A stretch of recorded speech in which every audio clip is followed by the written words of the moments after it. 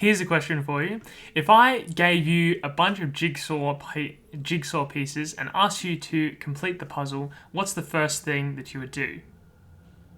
And chances are, what you'll do is you grab the box and look at the image that you're trying to create. The image that you're going to connect the jigsaw pieces, and you want to connect them in such a way that it looks like what is on the box. Now, here's a thought. The jigsaw is much like your life. The jigsaw is much like your life, right? Except most of us get given these jigsaw pieces, but we don't know what the picture looks like. We haven't developed a clear plan. So today's episode of Graduate Theory, we're going to talk about career planning, why it's so important, some different approaches that you can make to it, and I'm hoping that this will change your life and your career for the best.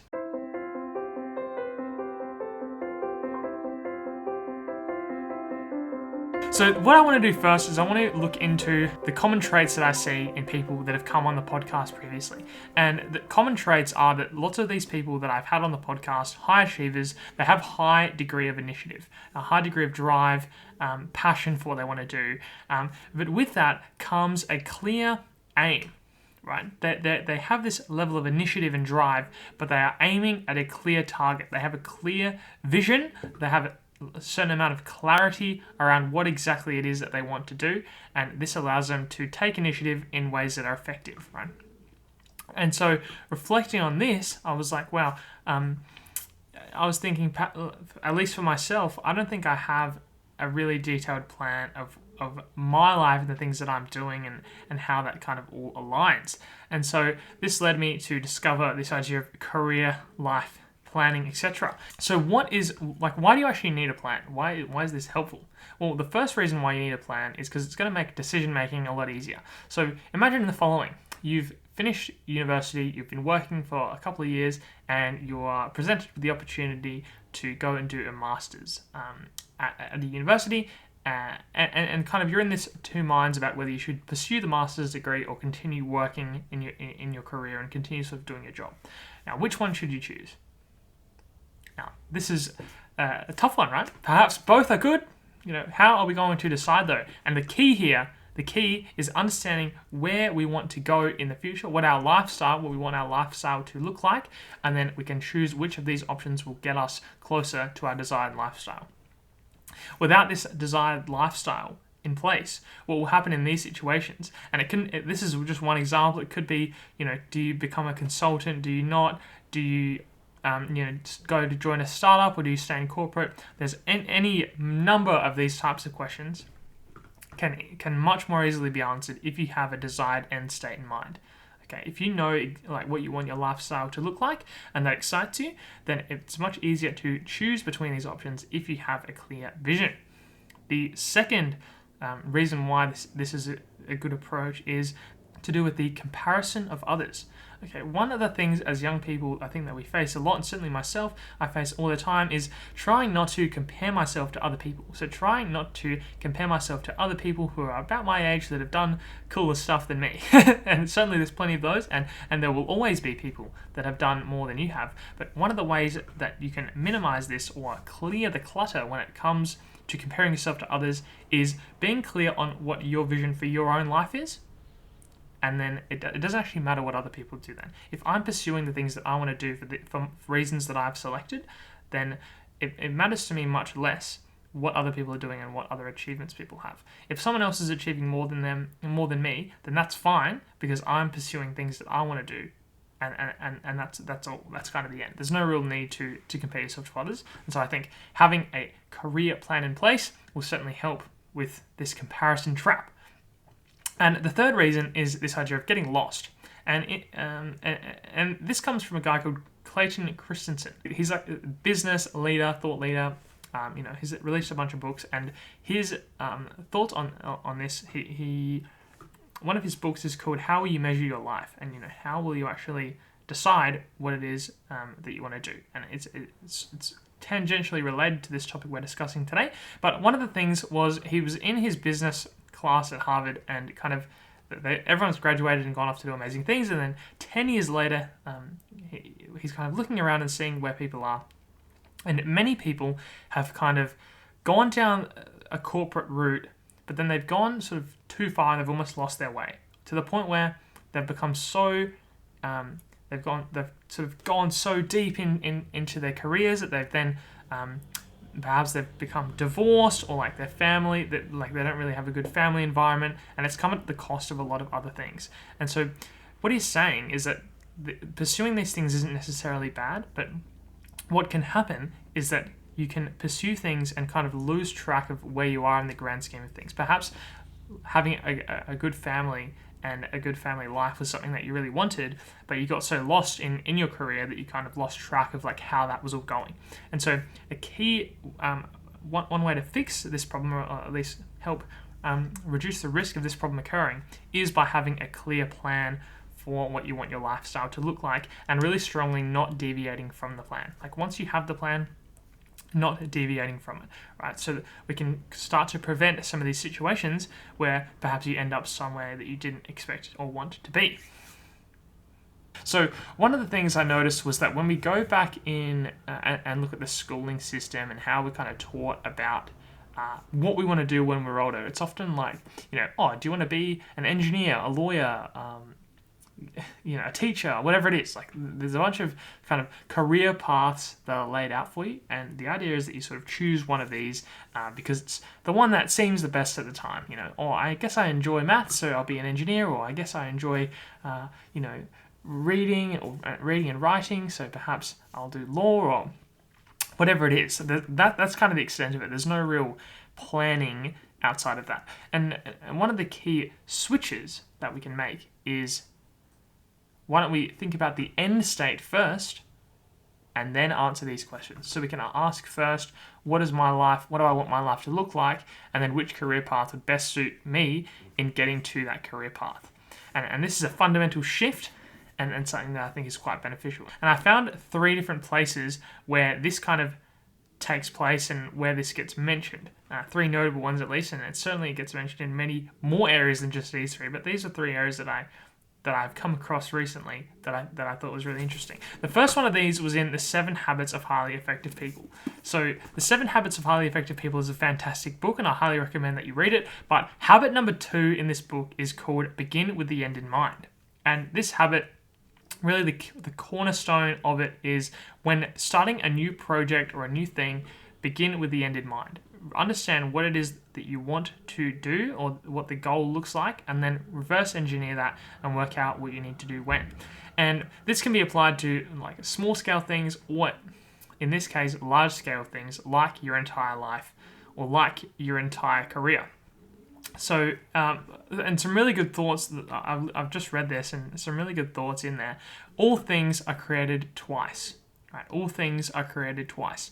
Once in the mind, and once in reality. Okay, things aren't created in reality until they've been thought. So, for example, what's like Facebook, was once a thought and now becomes reality, right? So, this desk that I'm now using, was once a thought. Someone decided that they're going to make it, and now they've made it. This laptop, this Mac that I'm using, someone decided that they were going to make an M1 Mac, and then now it has come into existence. Okay, so to take this to the career planning step, right?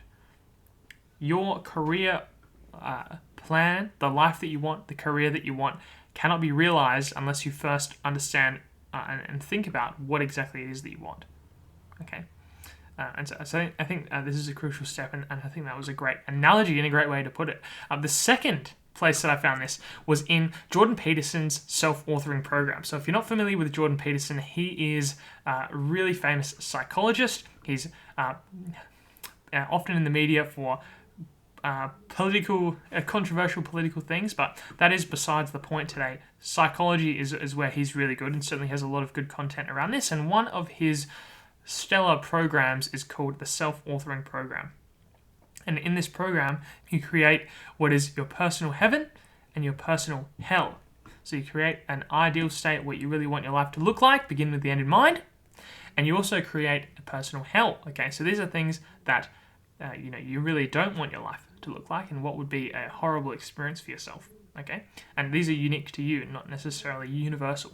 right? So and what creating both of these things does is, imagine we have like two poles, and then we're kind of, you're sort of in the middle here, and we sort of want to get you closer to the heaven and away from the hell. And so you can kind of see now there's sort of two opposing forces pulling you towards the heaven state, and pushing you away from the hell state. And so this is an interesting approach, and it kind of combines the begin with the end in mind, with perhaps begin with the reverse end in mind, begin with a bad state in mind, right?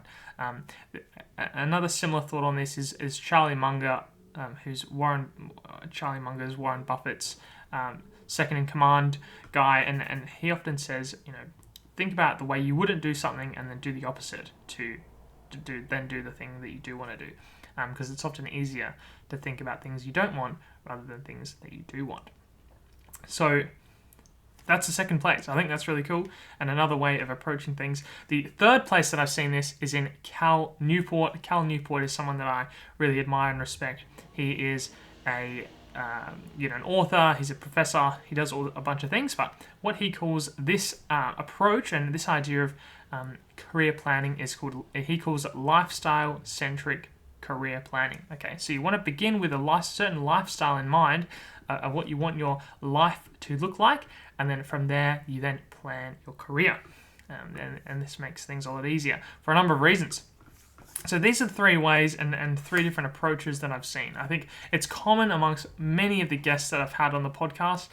These three sources are all incredibly well-respected sources, and they all say this, and there is many, many more that I haven't got the time to go through that also say the same thing. Many successful people all have this in common. They all know exactly what they want, and they all have lots of clarity around what exactly it is that they want to do. Now, there are some critiques of creating the plan. I think overall it's quite a good approach, but one of the ways you could perhaps look at this is left to right versus right to left planning. And so right to left planning would be, on the right hand side we've got kind of the end state, and on the left we've got the current state. And so right to left would be start with the end and then work sort of reverse engineer back to where you are now. And then left to right planning would be start where you are now and then work towards the right.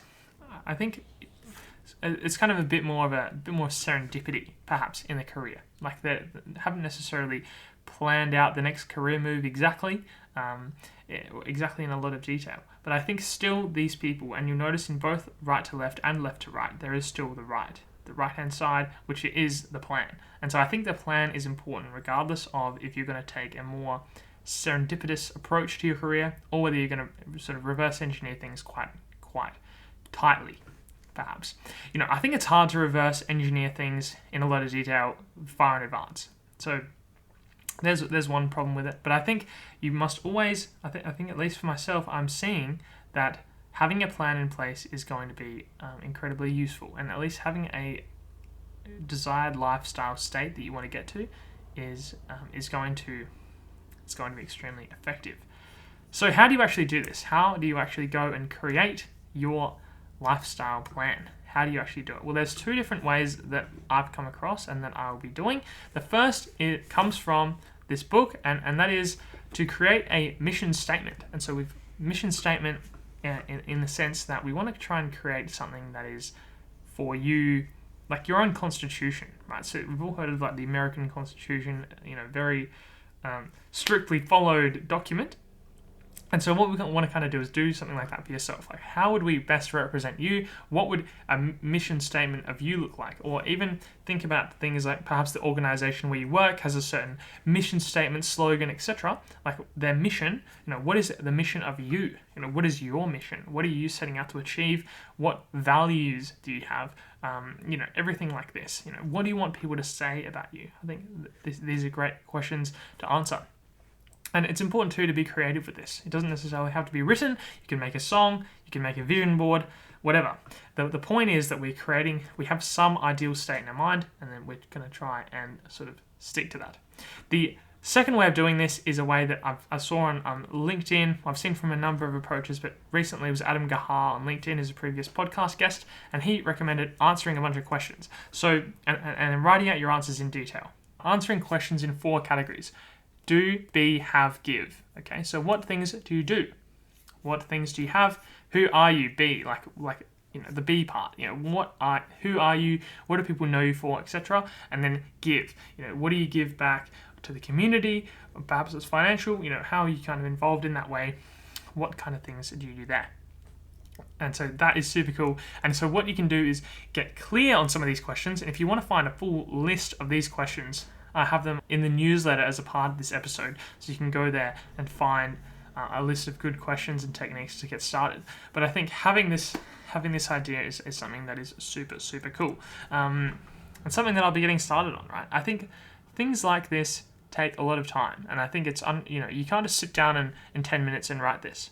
Okay, you can't just... at least, like, when I've been doing it, I found it hard. I found it, I've been trying to write it, but it does get difficult, certainly.